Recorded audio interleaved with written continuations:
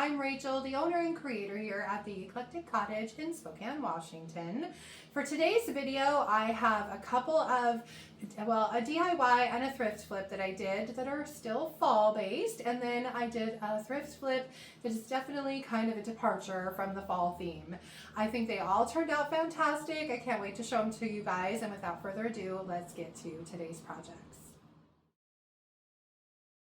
My first project is another set of these tall pumpkin blocks, and this set I decided to go back to my roots a little bit and make them like I used to when I first started creating these. So I am starting with a coat of paint on each of them. The tallest one is Crinoline, the middle one is going to be Skeleton Key, and the shortest one is Faded Burlap. I gave each of them one good coat of paint on the sides, front and back, and once they were dry, I went in with some sandpaper. I think this is 150 grit sandpaper, so it's a little rough, and I am sanding back enough that you can see the edges and a little bit of the wood grain poking through. I want these to have kind of a rustic feel to them. Once I'm done with that, I just wiped them down with a dry towel and then moved on to some dry brushing. And for this, I'm using the color Weathered Wood by DIY, and I am using a chip brush, and I'm just putting the chip brush tips into the Weathered Wood paint and then wiping back 90% of that paint or 95% of it onto a shop towel, and then slowly just going over each of these boards with that weathered wood. Then I used a little bit heavier hand to add a few darker spots on each of the boards just to make it look a little bit more like faded wood. Then I grabbed some I guess these are stems. I've had these for probably a year or two in my stash. They are old chair spindles that I had cut into sections, and I grabbed 3 of them, one for each pumpkin, and I am painting these also in the weathered wood. Once everything is dry, it's time to seal my paint, and I am just going over everything with one good coat of DIY's Big Top. I like Big Top because it's a fast drying, very durable sealer. It does have a little bit of sheen to it, which I really didn't mind on these pumpkins.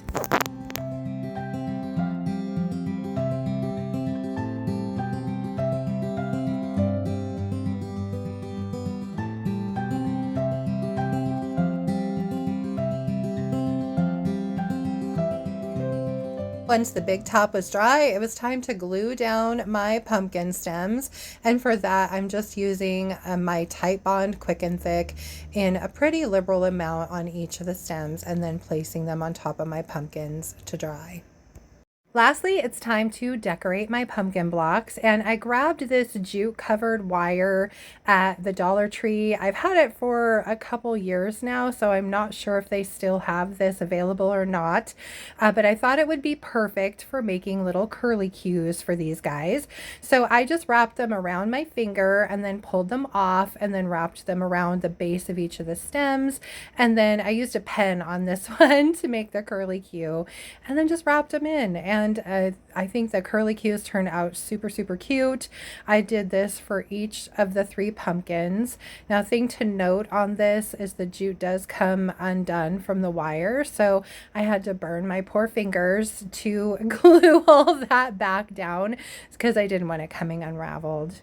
Once I was finished with the curly cues, I did go ahead and add some strips of flour sack cloth and lace ribbons to each one, and a little piece of bling that I found on Amazon. Unfortunately, I had hit pause on my recording and forgot to hit record again, so I did not get video of that. So you'll just have to check out the final shots of these guys. I think they turned out really cute, and I hope you guys do too.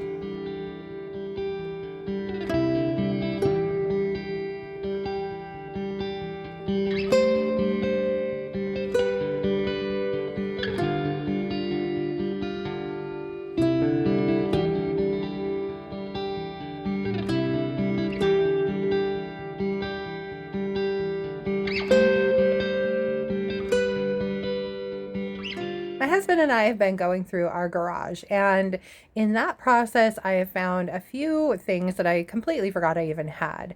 I have a whole stash of frames that I didn't even remember stashing in the garage, and so I grabbed these two out to make over for this video.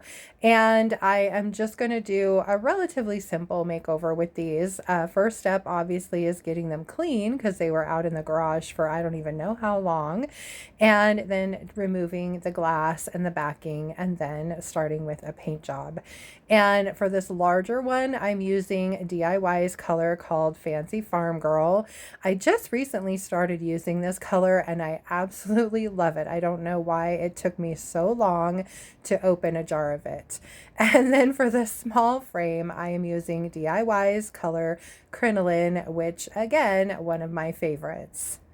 So I put 2 coats on each of these frames just to make sure I had good coverage over that black on the background of each of them. Thankfully, DIY paint, being clay-based, is relatively thick, and so it only took a couple coats of paint to go over both of these frames. Once that was done, I decided I wanted these to have kind of a rustic, time-worn feel to them. So I'm going over the paint with a damp shop towel and doing some wet distressing. One of the things I love about DIY paint is that it is clay-based and can be reactivated with water, which means that it's really easy to wet distress it and you don't have to use sandpaper and make a big mess everywhere. So you just use a damp rag or shop towel and rub the areas that you want to remove the paint, and it washes off pretty easily. I did clean up the backs of these frames as well, and then I moved on to starting on the interior of them. I had some scrapbook paper that I've had sitting around in the cottage for ages, and I liked this one because it had a nice like ticking little dashed lines on it, and so I thought it'd be a perfect background for some transfers. So I just cut out the pieces I needed, used some spray adhesive to stick them down to the interior cardboard, and then moved on to picking my transfers for my interior of these frames. So for this, I am using the brand new set called Cozy Comforts by Redesign with Prima. It has several beautiful images in it, and I loved this little truck full of flowers, so I used that on the smaller frame. And I'm just applying this as I would any other transfer, just laying it down and then using that transfer stick to rub my transfer down into my backing, and just making sure to go slow and slowly peel up that piece of vellum as I'm going along. And if I pull up any of the transfer, I just lay it back down and re-rub that section until it's completely adhered. So I'm using a little image of a farm on this second bigger frame, and I lined it up with some words that also came in this set. And so I kind of put it a little bit low in the frame so that I could add these words over the top. And I'm, again, just rubbing those down. Words tend to take a little bit more patience because they're so tiny, and you just have to be really careful when you remove your vellum. Once that was done, I moved on to waxing my frames to seal them. Since DIY paint is clay-based, you definitely want to seal it. And once I had a good coat of clear wax all over each of them and had wiped back the excess with a shop towel, I went in with a little detail brush and some dark wax by DIY and just put that right into the grooves around both of my frames to really bring out the detail in them and add a little bit of shadowing and dimension. Once I was happy with the white frame, I moved on to the green one. And again, I'm just starting with one coat of clear wax over the entire frame first, and then wiping back the excess with a shop towel, and then moving in with that detail brush and some dark wax to add to all of the detail in the frame. The nice thing about having the clear wax down first is that it helps make that dark wax not look quite so muddy and grungy as it would without it. And it also makes it much easier to wipe back with my shop towel. And I just worked my way in sections all the way around the frame, adding little bits of the dark wax and wiping back with a shop towel as I went. Once I was finished with that, I moved back to my interiors and I wanted to do a little bit of shading around the edges. The cardstock that I used actually had some shading already in it in places, and when I cut it into pieces, some edges had it and some didn't, so I really needed to kind of blend everything in. So I'm just using a combination of dark and clear waxes, and I'm just putting a little bit of the dark wax in the corners and then adding some clear wax to my brush to spread it and make it thinner around the edges of these cardboard pieces. Once I'm happy with how they look, it's time to clean up my glass and get these put back together again. I had a couple little issues getting the bigger piece into the frame, but all is well. I finally got it. And I was so happy with these once I got them all put together, you guys. I think they turned out wonderfully. I absolutely love this transfer set, and I do have one still available on my website, along with several other Redesign with Prima products, and that's www.theeclecticcottagespokane.com.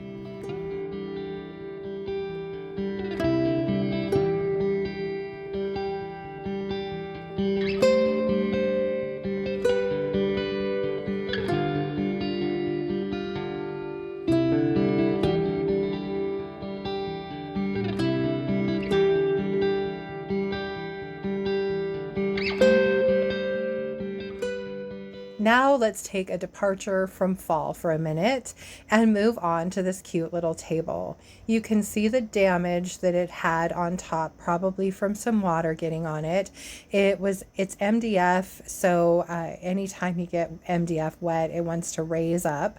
So the first step was, of course, sanding the heck out of the top of this table to get it nice and smooth. For that, I'm using my little palm sander and some 150 grit sandpaper and just really sanding the heck out of it.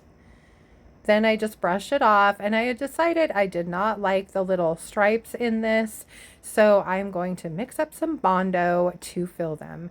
Bondo is pretty easy to use. It's a two-part system. You just add some hardener to the main Bondo and then mix it up really, really well and then spread it out. You just need to move quickly because it does start to set up rather fast. So I'm just using my scraper and spreading a thin coat into all of those little cracks in the top, and then making sure and spread it nice and smooth. It already had started to harden up a little bit on me by the time I finished here. Then it was back to sanding, and while I'm sanding, you'll see here I got accosted by a yellow jacket. I don't know what I did to irritate the thing, but it wouldn't leave me alone, so I ended up throwing my poor sander down and running inside to get away from it, leaving my poor sander there to fend for itself. Luckily, I did not get stung, and the yellow jacket went away because I had to go back out and finish the job. And then once I was done, I brushed it off, and then I sprayed it really liberally with 3 coats of shellac just to cover up that MDF so that I wouldn't have to worry about it raising back up as I was moving on to painting it. So then I had to clean it. It was pretty dirty, so I'm just using a little bit of crud cutter here, wiping that off with a shop towel, and then I'm rinsing it back down with some clean water just to get rid of any of that crud cutter residue, and then again wiping it clean with a shop towel. Then once my prep work was finally finished, it's time to start painting my piece. And for this, I chose a Sweet Pickins Milk Paint color called Oh Olive. Now I did add extra bond to my paint. I did not want a chippy or crackle finish on this. I planned on going back and doing a little bit of distressing, but I didn't know how the milk paint would react with this finish because it is a little bit on the shiny side, and I didn't want all my paint to accidentally chip off. Now, if you've never used milk paint before, it is a powder form of paint that you add water to. I usually mix piping hot water, and it's 1 part water to 1 part paint. Then you also have the option of adding an additive called Extra Bond, which is basically a binder like a glue that goes in the paint. Without it, you run the option of having a chippy, possibly crackly finish, depending on what you're going over with the paint. And with it, you mostly guarantee that you're going to have a pretty solid, non-chippy coat of paint. That is the option that I went with for this piece. The thing is, when you're going over certain finishes without Extra Bond, you really don't know if you're going to get a lot or a little bit of chip. So if you want more control, definitely use the Extra Bond. Now, another thing to note is that it is a little bit thinner. So as you're painting, you definitely want to keep an eye out for runs and drips in your piece. Once I had 3 good coats of the paint on and it was completely dry, I took it outside and started sanding. I'm just using my orbital sander on its lowest setting, and it's got some really old 220 grit sandpaper that doesn't have a lot of bite to it anymore, and I'm just using that to smooth out all of my flat edges. Then I went in and did some sanding by hand, starting with 150 grit sandpaper and then going over that with 220. I find that the 150 grit makes it look very scratchy, but if I go over it with the 220, it helps soften the edges of the distressing. This paint is very hard when it's dry, and so it's a little bit harder to distress with sandpaper. Then it was on to cleaning it up to get it ready to go back inside. So I'm just brushing off my sanding dust and then wiping it down with a damp shop towel. Then it's on to the fun part. I am using the Froggy Meadow Greens transfer on this. I'm using the 12 by 12 maxi transfer, comes in 2 sheets like this. And I am cutting out all of the little pieces and parts of it first. And then I'm just gonna spend some time figuring out how I want all these to lay out. Now, the thing to note about these transfers is you can build up layers with them, but you need to start with your base layer and then build up from there so that you can cover up any stems or any of that kind of stuff with your top layers. So it's kind of what I'm doing here, just going over with the frog, figuring out how I need things to lay so that he'll cover up all my stem pieces. And once I get everything figured out, I can start applying my transfers. So I'm just starting with the base layers first, one by one, applying these transfers down to the top of this table. I find that I have a very easy time almost always applying transfers to milk paint. It's a pretty simple process. And again, just rubbing them down with that transfer stick, peeling back that piece of vellum as I go, just being very careful to make sure that my entire transfer is adhered.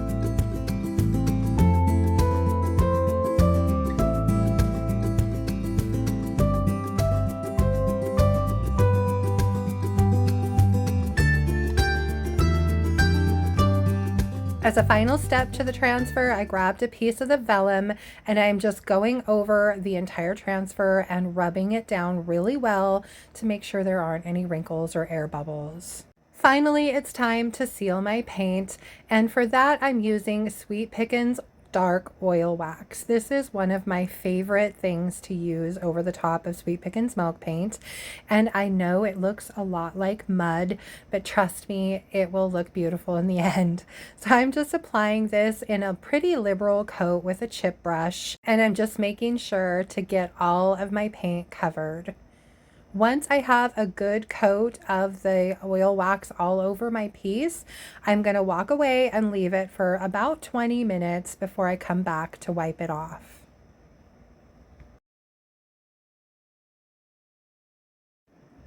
Then it's time to come back and wipe off the excess oil wax. I'm just using a shop towel and going in and making sure that I wipe all of that excess wet wax back off of this piece. I usually go through several of these shop towels. I like to go over it one last time with a nice dry towel just to make sure that I've got everything off of it. And then I try not to touch it with my fingers for about 24 hours while that wax dries. I absolutely love how this little table came out, you guys.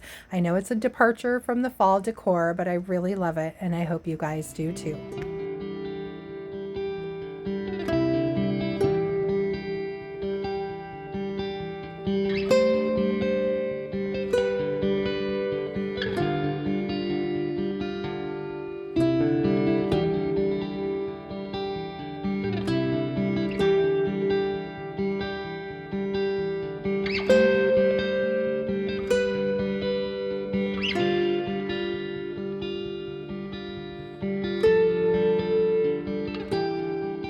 That's it from here for today, you guys. I hope you liked my projects. What did you think of the Froggy Meadow Greens transfer? Isn't the little frog adorable?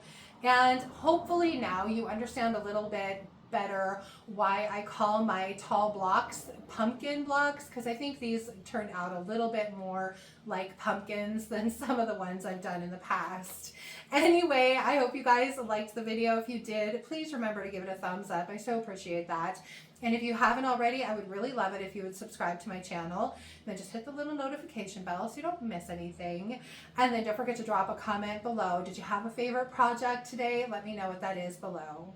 Also, just a quick reminder, the paint and products you saw me use today, including that cute frog, can be purchased through me at my website, and that's www.theeclecticcottagespokane.com.